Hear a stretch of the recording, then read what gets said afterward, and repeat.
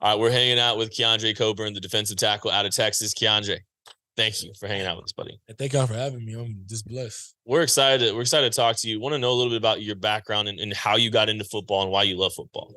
To be honest, I was a gamer when I was growing up. I was a big little chubby kid that just liked to play games. I lived in California, Los Angeles, California, moved to Houston in 5th grade.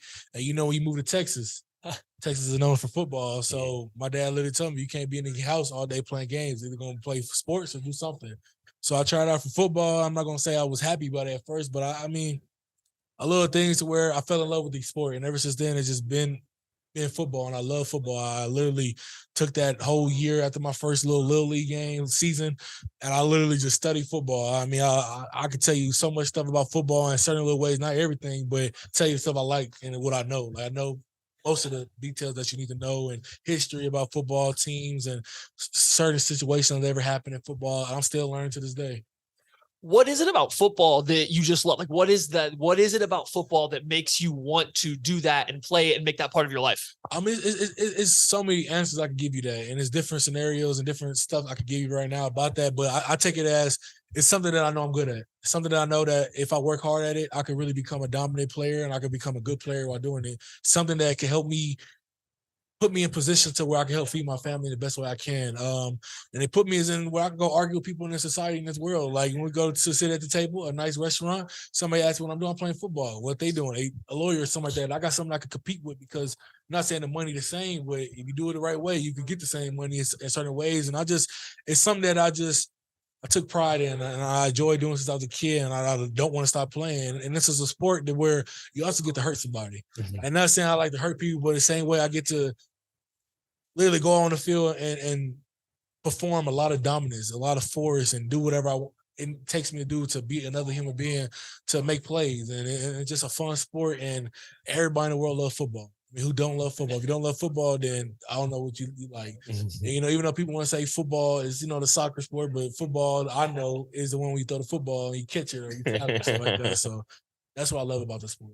So who's been an inspiration to you, a family member, a coach, throughout your, football journey? Pretty much most of my life, after 2016 was my aunt died of colon cancer in 2016.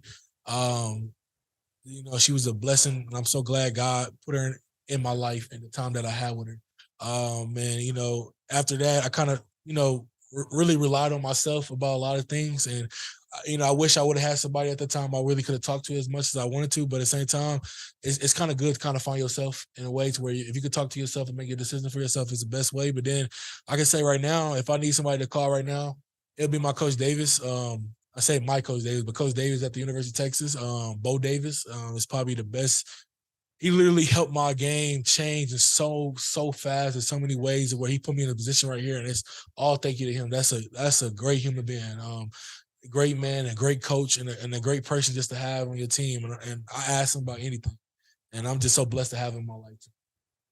You mentioned, as a player and as a person that Coach Davis has been great for you. What exactly has he helped you with on the field? Like, where has you felt like he's helped your game the most on the field? He helped me find myself. He helped me believe in myself. He helped me see that I could be a dominant player in this sport. He helped me believe that I could pass rush. He helped me believe that I could stop the run.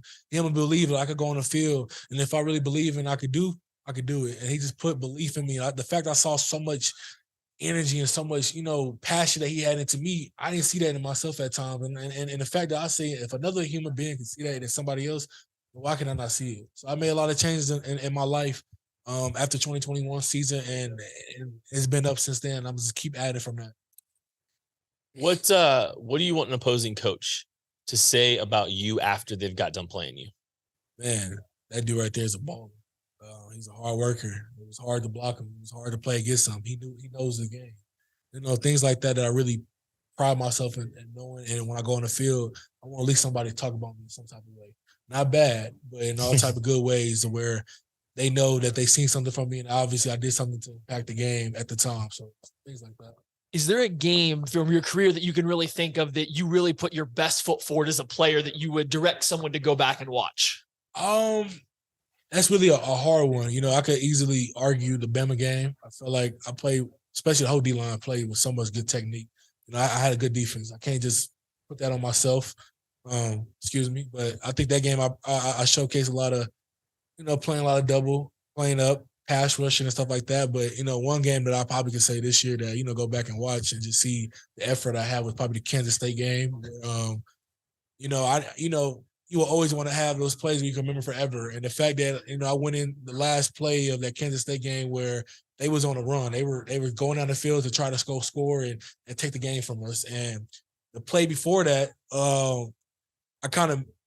it was a segment where, one of our players out of gap and we missed a sack and all that. And I was on the floor and I was tired. I really want to call out. I never like calling out to get out the game. I wanted to at that moment. It was cold. It was a weird type of temperature in Kansas. I don't know. For some reason, that temperature and that weather just takes your breath away. And I just got back in and I just believed in everything that Coach Davis instilled in us and how we finished as a team. And I just did what I do on a regular basis. Just did a pass rush move. Next thing you know, I stripped the ball out and had the game-winning play for us to win. And just for us to get the win, that's all that mattered. I didn't care if I was the person that got the play, but just for us to win. And I would never forget that moment. Do you think for that play, do you think you could walk me through it from, the moment that you guys are breaking your defensive huddle, getting lined up? What are you seeing? What's going through your mind as that play unfolds up until, the play ends? Okay. So, like I said, the play before that, it was a fourth down actually. And, I forgot his name. I don't want to say it and mess him up, but I'm going to say AM, got out the pocket and really just made a play. First down again. I'm like, man, can't we get off the field? Because it was just fourth down and long.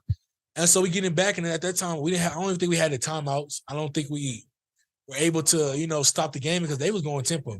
Kansas State was going tempo. Yeah, they hometown, they home stadium, all that. Momentum's on their end right now. They just got the ball back and they were going. And so I remember we got the call. I got down. I told them, close left. You can tell I'm tired. I get in my stance and I remember just going up, took the guard in, and I just came back under. And I don't know, I just seen for some reason, I looked up and quarterback still had the ball in the hand. I just this hand, I don't know, this hand, I need to watch it so I can mark it down. I just reached and hit it. So when I hit it, you see on the film, and I'm trying to pick up the ball. But I looked so tired trying to pick up the ball that I just kicked it. Because that game, we had so many strip fumbles that they kept getting the ball back. We didn't recover not one fumble the whole game. So I'm like, nobody gonna get this damn ball this time. So I kicked it, and good thing Jalen Ford was right there to pick it up and steal the game. And rest is history. So would you have rather that play been at K-State or in shutting the crowd up, pin drop, or would you have rather been at home so you could have celebrated with all your home fans? I like how it was because I wouldn't be here right now if it was at the home. It just would have been different. Probably would have got good pictures and people would have still been cheering my name. But in the day, I was just glad we got the win. A great road win. I think that was probably our first one that season or something like that, I believe. But I'm just happy it was there. So, I could always say, Kansas State, it's the type of way to where I did at your home. I left. It felt so good. It felt like a home game that day. It was cool. Let's fast forward a little bit. We go through this whole long draft process and we get to draft night, and your phone rings and it's that team. They tell you team X they're ready to pick you. They're drafting you right now. What are you going to be feeling? What's the emotions going to be going through you at that point? Man, to be honest, I don't know if I'm going to cry or I'm going to get up, scream, I'm going to yell.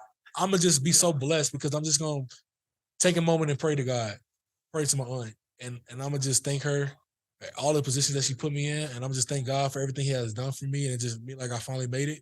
And it's not done there yet, but then I'm probably gonna kiss my girl, kiss her belly because I'm having a child, and then she's pregnant right now. Probably kiss my mom, not kiss my dad on the cheek. Kiss my dad on the cheek, probably forehead because he got a bald head. But, I don't know. I've been asking myself that too. I don't know. I really don't cry. So if I do cry, I mean that just shows you how much love that I have for this sport. The fact that I got picked. So I'm just going to be blessed at the end of the day. Keondre, thanks so much. Thank you.